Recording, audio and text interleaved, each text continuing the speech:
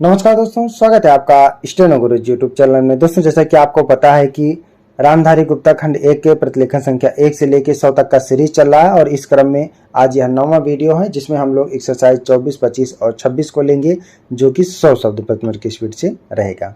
Accurate किताब का 100 रहेगा जिसमें आपका पंक्चुएशन भी शामिल है। ठीक है, एक बारी में छूटेगा, 2 बारी 3 बारी लिखेंगे, जरूर लिख लेंगे। और 10 मिनट का डिक्टेशन रहेगा, 10 से 11 मिनट का। ठीक है, वहाँ पे 10 मिनट का डिक्टेशन बोला जाएगा, लेकिन आपको तैयारी 11, 12, 13 मिनट की करके जानी है ताकि वहाँ पे 10 मिनट आराम से लिखा जाए।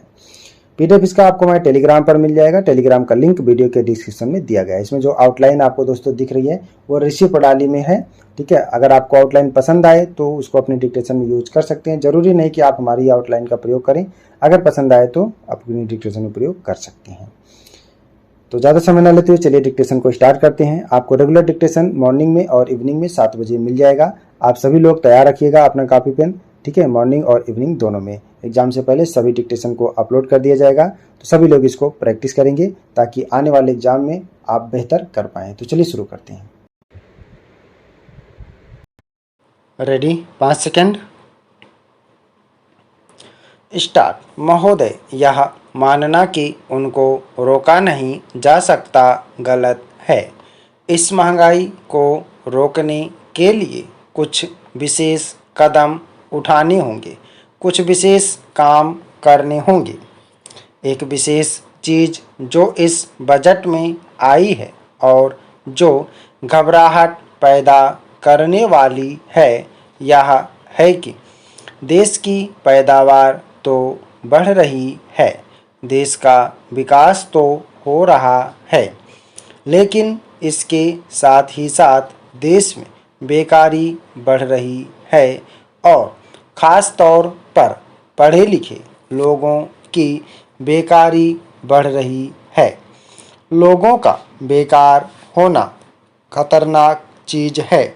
हमारी स्वतंत्रता के बाद शायद यह पहला अवसर है जब हमारी स्वतंत्रता के ऊपर एक आघात हुआ है और हम जिस प्रकार अपनी स्वतंत्रता की प्राप्ति के समय अपना सर्वस्व बलिदान करने के लिए तैयार थे, उसी प्रकार इस समय भी हमें तैयार होना होगा। माननीय प्रधानमंत्री जी के मत से मैं सर्वथा सहमत हूँ कि यह एक ऐसा अवसर है जिस अवसर पर कि इस देश की प्रतिनिधि संस्था जो यह लोकसभा है, उसे इस संबंध में अपनी स्पष्ट राय देनी है और उस राय को देने के बाद हमें उस राय के अनुसार सरकार जो भी कार्रवाई करे उसमें सरकार को पूरा सहयोग भी देना है। प्रजातंत्र में प्रजा के पूर्ण सहयोग के बिना काम नहीं चल सकता, चाहे वह कोई काम हो, छोटा काम हो या बड़ा काम हो। फिर यह तो हमारी स्वतंत्रता की रक्षा का प्रश्न है और ऐसे अवसर पर प्रजातंत्रवादी राष्ट्र को उसकी सारी प्रजा को सरकार के साथ सहयोग के लिए तैयार रहना चाहिए। मैंने यह बात कई बार कही है और मैं फिर इसे दोहराना चाहता हूँ कि अनेक ऐसी बातें हैं जिनमें कि भिन्न भिन्न राजनीतिक दलों के होते हुए भी सब राजनीतिक दल मिलजुल कर काम कर सकते हैं। यह एक ठीक इसी प्रकार का अवसर है। मैं अपने प्रधानमंत्री जी की वैदेशिक नीति का बड़ा भारी समर्थक रहा हूँ और कल इस सदन में इस संबंध में जो बहस हुई उससे भी यह पूरा परिणाम निकाला जा सकता है कि जहाँ तक हमारी वैदेशिक नीति के सिद्धांतों का संबंध है, वहाँ तक इस सदन का कोई दल, इस सदन का कोई भी सदस्य उन सिद्धांतों के विरुद्ध नहीं है। कल मैंने बड़े ध्यान से अपने साम्यवादी दल के नेता का भाषण सुना। उन्होंने यह कहा कि मूल प्रश्न हमारी मूल नीति के समर्थन का है। सभापति महोदय, अब मैं आर्थिक मामलों पर आना चाहता हूँ। मैं अधिक समय नहीं लूँगा।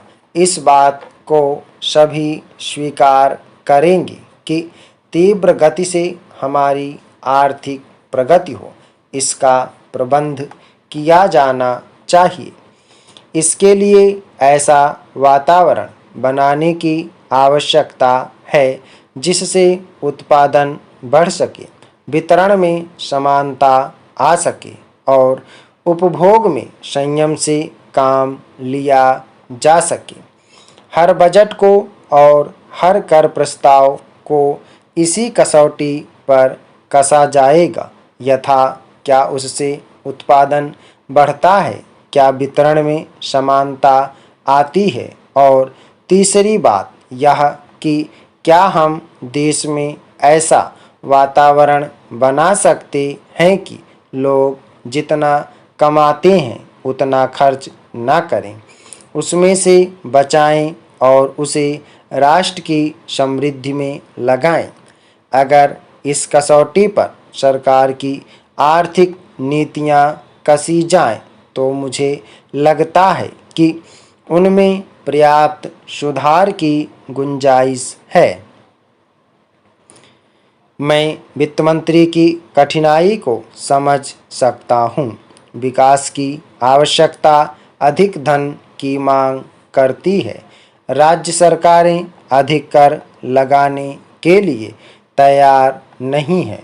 वे केंद्र से कर्जा लेकर अपना काम चलाना चाहती हैं।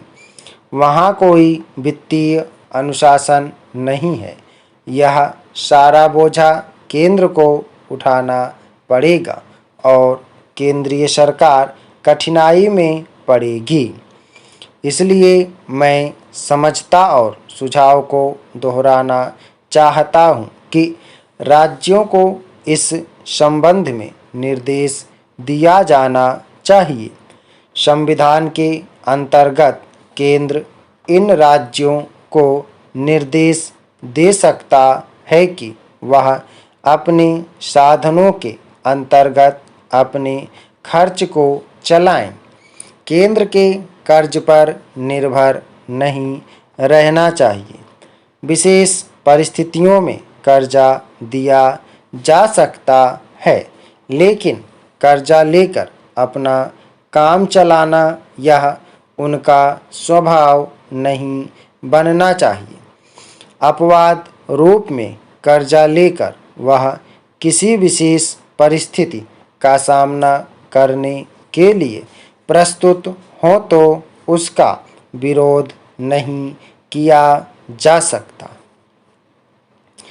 दूसरी बात यह है कि देश में सादगी और संपत्ति को उड़ाने के बजाय उसे उत्पादक कार्यों में लगाने का वातावरण बनाना चाहिए।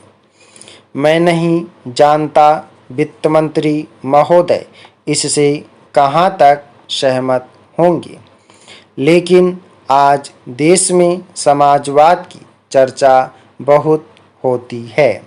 लोगों का समाजवाद की ओर देखने और का दृष्टिकोण विकृत हो गया है।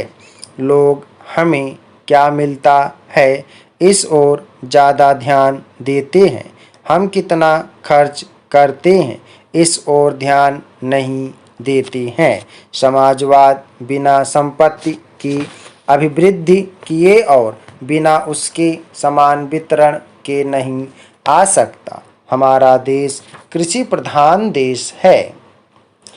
सभापति महोदय, खेती के बाद उद्योग का हमारे देश के आर्थिक जीवन में बड़ा प्रमुख और महत्वपूर्ण स्थान है। स्वतंत्रता के बाद देश में बड़े बड़े और मौलिक उद्योग धंधे खड़े किए गए हैं, जिनकी बहुत आवश्यकता थी। उस दिशा में अच्छा प्रयास किया गया है और उसमें बड़ी सफलता भी मिली है। लेकिन जहाँ बड़े बड़े उद्योग धंधे खड़े हुए, वहाँ छोटे छोटे उद्योग धंधों की, विशेष रूप से उन उद्योग धंधों की जो देश में परंपरा से चले आ रहे थे, बड़ी उपेक्षा हुई। बहुत से उद्योग धंधे अपने पुराने ढंग से चले आ रहे हैं, उनमें कोई नया परिवर्तन नहीं लाया जा सकता है, उनका कोई विकास नहीं हो सकता है। देश की स्थिति को देखते हुए विशेष रूप से ग्रामीण क्षेत्रों में कौन से नए उद्योग धंधे खड़े किए जा सकते हैं, इस बारे में कोई अनुसंधान नहीं किया गया है। खादी और ग्रामोद्योग स्थापित किया गया और उसने खादी और कुछ ग्रामीण उद्योग धंधों को लिया, लेकिन उसकी भी कुछ सीमाएं हैं। बहुत से उद्योग धंधे ऐसे हैं जिनको प्रोत्साहन दिया जाना चाहिए था, लेकिन प्रोत्साहन देना तो दूर रहा, ऐसी नीति अपनाई गई कि उनके काम में बाधा पैदा हुई और उनमें बहुत से टूट गए। इसका परिणाम यह हुआ है कि एक तरफ तो हमने दिखाने के लिए बड़े बड़े कल कारखाने खड़े किए हैं, लेकिन दूसरी तरफ बेकारों की संख्या बढ़ती गई है। समाप्त। ओके दोस्तों, आप लोग इसको प्रैक्टिस करिएगा। एक बारी में छूटेगा, 2 बारी, 3 बारी, 4 बारी प्रैक्टिस करिएगा, जरूर लिख लेंगे। खंडे का मैटर है, 100 शब्द प्रति मिनट की स्पीड से है। सभी लोग मैटर को प्रैक्टिस करेंगे और ट्रांसक्राइब करके PDF से ज़रूर मैच कराएंगे। 100 शब्द प्रति मिनट की स्पीड से है, जिसमें आपका पंचुएशन भी शामिल किया गया है। उम्मीद है कि दोस्तों वीडियो आपको पसंद आया होगा, तो वीडियो को लाइक कर देना, और अगर अभी तक आपने हमारे चैनल को सब्सक्राइब नहीं किया तो प्लीज़ सब्सक्राइब करके नोटिफिकेशन बेल ऑन करना। और दोस्तों, अगर आप डेली डिस्कशन चाहते हैं तो आप चाहें तो चैनल का मेंबरशिप ले सकते हैं या हमारे पेड ग्रुप को ज्वाइन कर सकते हैं। अधिक जानकारी के लिए आप हमें मेल कर सकते हैं। हमारी मेल ID है studyforstenographer@gmail.com। अपना बहुमूल्य सुझाव में कमेंट बॉक्स में जरूर देना। वीडियो को पूरा देखने के लिए बहुत बहुत धन्यवाद। Thanks for watching. जय हिंद, जय भारत।